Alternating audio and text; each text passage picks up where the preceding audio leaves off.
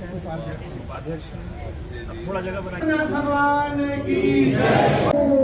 हमारे बीच जिलाध्यक्ष श्री कोमल सिंह राजपूत जी, अभिषेक सिंह जी से कृपया श्री कोमल सिंह राजपूत जी, आपसे भी मेरा आग्रह है कि कृपया माननीय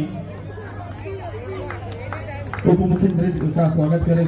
मेरा निवेदन वार्ड क्रमांक 1 के प्रत्याशी श्री खेमलाल साहू जी आए और माननीय श्री अरुण साहू जी का स्वागत करें। उधर से तालियां लगातार बजती रहेगी। वार्ड क्रमांक 3 के कमलेश बंडे जी, आपसे भी आग्रह आप आए और स्वागत करें। इसके साथ स्वागत के लिए मैं आमंत्रित करता हूं श्री सुमित भाटिया जी, मंडल अध्यक्ष, आग्रह आप आए और श्री अभिषेक सिंह जी, कोमल सिंह राजपूत जी, सौरभ कोठारी जी का स्वागत करें।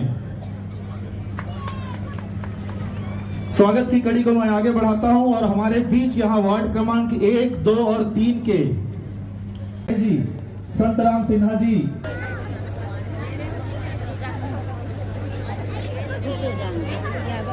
उद्बोधन के लिए भारतीय भाई अभिषेक सिंह जी ऊपर क्रमांक 3 से भी मैं बुलाना चाहूंगा श्रीमती सीता सिन्हा जी, श्रीमती दुर्गा निषाद जी, श्रीमती शक्ति बाला जी, श्रीमती खुलेसी। बात के लिए का प्रतिनिधित्व करने वाले बाकी जय श्री हम सबके लाडले दुलारे राजनांदगांव के वार्ड नंबर 1, 2 और 3 में ये चुनावी सभा कार्यकर्ताओं का सम्मेलन संपन्न हुआ है।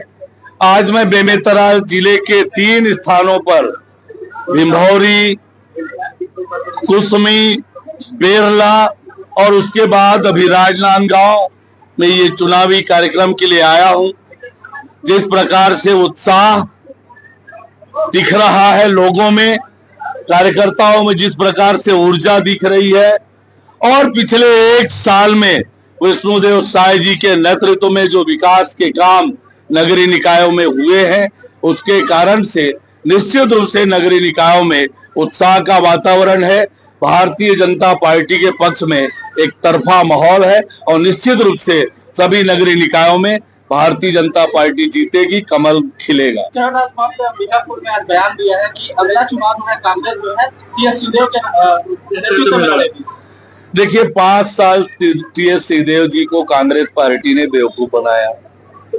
अब ये फिर कोई षड्यंत्र उनके साथ हो रहा है, तो ना कांग्रेस पर भरोसा, ना कांग्रेस के किसी नेता की बातों पर, ना आप लोग भरोसा करिए।